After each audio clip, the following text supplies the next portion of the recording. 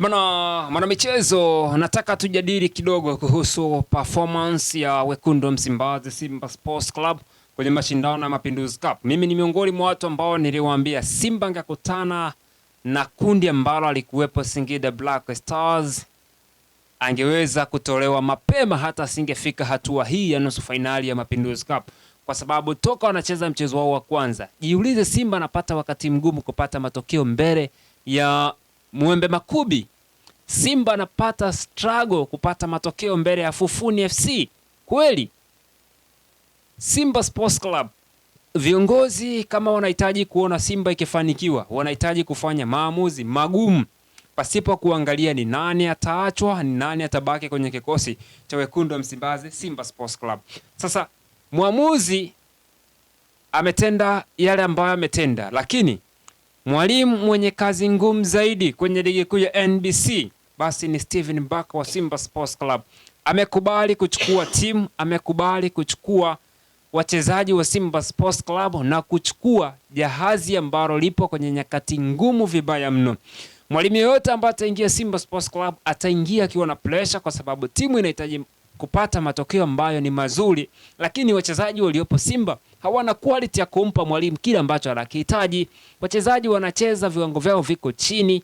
Hatukatai, yes, wamesajili, lakini bado Simba Sports Club kuna kitu kinaitwa kufanya usajili upya ambao utaibeba Simba.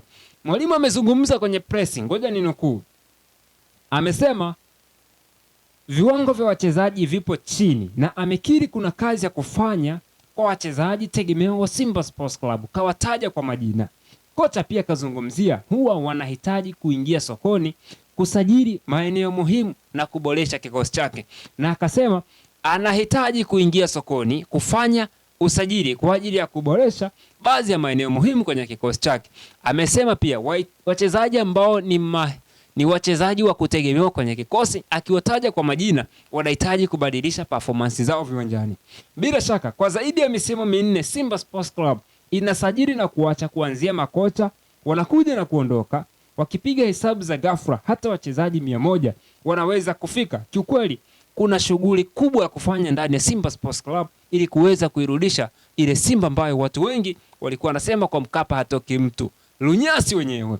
Hii mashabiki wa Simba hawawezi wakaisema, lakini hata wakitulia wao binafsi huwa wanazungumza ya kwamba yes, timu yetu ina kazi kubwa ya kuhakikisha kwamba tunatengeneza upya timu. Wakubali kuanza sifuri, wajipe miaka 2-3 pasipo kufikiria kwamba watapata ubingwa.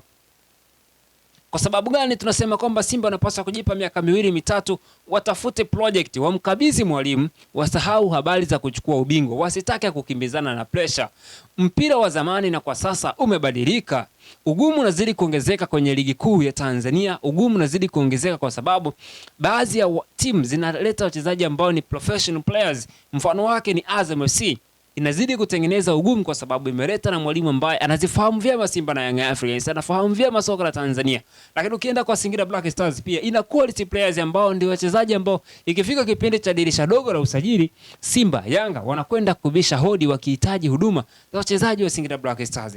Sasa kama Simba wataendelea kusajili wachezaji, ikifika kipindi cha usajili wa dirisha kubwa wanakata timu, takriban wachezaji 7-8 wanaachwa kwenye kikosi cha wekundu wa Msimbazi Simba Sports Club. Hili ni tatizo kubwa kwenye kikosi, na hili ndilo tatizo ambalo linaifelisha Simba kuanzia leo, kesho na kesho kutwa, kwa sababu wanasajili wachezaji ambao hawadumu kwenye timu. Wakifika wanashindwa kuperform, wanashindwa kuonesha kile ambacho wanatarajia kutoka kwa mashabiki wa Simba, na mwisho wa siku viongozi wanalazimika kutumia pesa nyingi kuvunja mikataba yao na kuanza upya tena kutengeneza timu.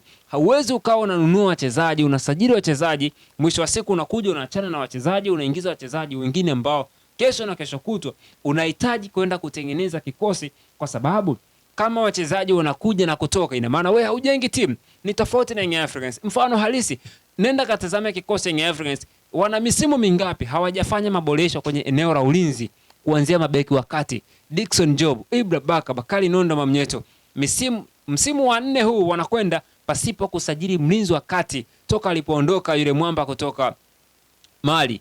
Alivyoondoka tu Mamadou, hadi leo hatujai kuona Young Africans wakifanya usajili wa mlinzi wa kati, kwa sababu walishafanya chaguo sahihi kwa wachezaji na wamepata nafasi ambazo wamepata ndani ya timu, wamewaachia timu na wanasubiri sasa wao kitu ambacho kitakuwa ni bora kutoka kwao. Lakini pia ukitazama Simba Sports Club, wachezaji kwenye maeneo ambayo wamekuwa wakibadilisha kila msimu, watanufaika vipi? Wanahitaji kutengeneza timu ambayo itahitaji kuleta wachezaji ambao msimu miwili mitatu anakuwepo kwenye kikosi, iwe tofauti.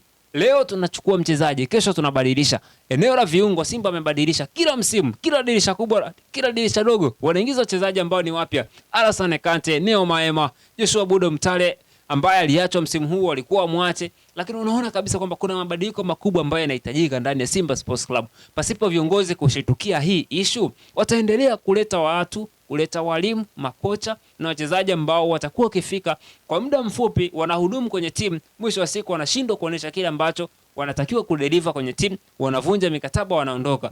Sasa hapo haujengi timu, una generate hasara ambayo a day to day itaendelea kuigharimu timu, kwa sababu walimu wanahitaji kuwa na muda wa kutosha kutengeneza kikosi ambacho wataamini kesho na kesho kutwa kitakuwa ni kikosi cha kumchomoa mchezaji mmoja ama wachezaji wawili unaingiza na hauharibu muundo na formation nzima ya timu. Lakini kwa aina ya wachezaji ambao wako pale Simba Sports Club, hakika Simba itaendelea kuteseka miaka na miaka. Wachezaji ambao wako pale hawawezi kuisaidia Simba, hata wamchukue Pepe Guardiola mnene, wamchukue nani, kocha gani mkubwa duniani, waende pale Real Madrid wamchukue Xavi Alonso kutoka Barcelona ambaye kwa sasa hana timu, waende wamtafute nani, Hans Flick wamlete, bado Simba haiwezi ikatoka pale ilipo pasipo kufanya mabadiliko kwenye wachezaji ambao wapo ndani ya timu. Elie Mpanzu, mechi kama hii amepata nafasi ya kwanza, amefanya nini? Tuwaulize mashabiki wa Simba, kuna wakati ifike watuambie sasa, labda sisi tunawaonea, watuambie kwamba wachezaji walioko pale Simba wanafanya nini. Akina Elie Mpanzu hakuna ambacho wanakifanya. Hao ni wachezaji ambao wanakula pesa nyingi, wanalipwa mishahara mikubwa, wanaimbwa kila siku kwenye mitandao, wanatetewa na mashabiki, lakini inapofika kwenye mechi ambazo ni muhimu kwa timu, ni muhimu kwa mafanikio ya club, wanashindwa kupambana, wanashindwa kuonesha performance zao. Je, turudi tuamini kwamba wanalogwa? Labda tuseme hivyo. Sasa kama ni kulogwa, na maana Simba Sports Club wachezaji wote wanalogwa, twende tukawatazama kina Jonathan Soa walipokuwa Azam, walipokuwa Singida Black Stars kutoka Mediema ya Ghana, walikuwa na performance bora sana, lakini wamefika Simba Sports Club, kiwango chao kimekuwa ni cha kuluka kama chula ambaye amekosa maji ya kwenda kuogelea. Sasa mchezaji kama huyu utasema kwamba utambadilisha kwa namna gani? Umpe season 2-3 aje kusaidie hapo? Wewe kumbuka, unamlipa mshahara, unampa bonus, unampa malazi, kila kitu, chakula, una provide everything ambacho anakihitaji kama mchezaji ambaye ni professional players anakipata, lakini inapofika kwenye swala la kuibeba sasa timu iweze kupata matokeo, wanashindwa kudeliver kile kitu ambacho ni muhimu. Sasa tuwashauri viongozi wa Simba, tumeshachoka kuwashauri, tunawaachia viongozi wa Simba na mashabiki wao waangalie ni namna gani watafanya kwa ajili ya kuibeba Simba, lakini pasipo kufanya maamuzi ambayo ni ya busara, maamuzi ambayo yatakuwa ni kwa ajili ya nembo ya Simba Sports Club, nembo ambayo imekuwa ni ya miaka mirefu, ya muda mrefu imewekwa pale. Viongozi wanapaswa kuachia pia nyadhifa zao kama wameshindwa kuiongoza Simba kiutawala ambao utaleta matumaini, lakini kwa staili hii ya kubadilisha walimu na makocha kila siku na wachezaji, sidhani kama Simba itafanikiwa hata kidogo.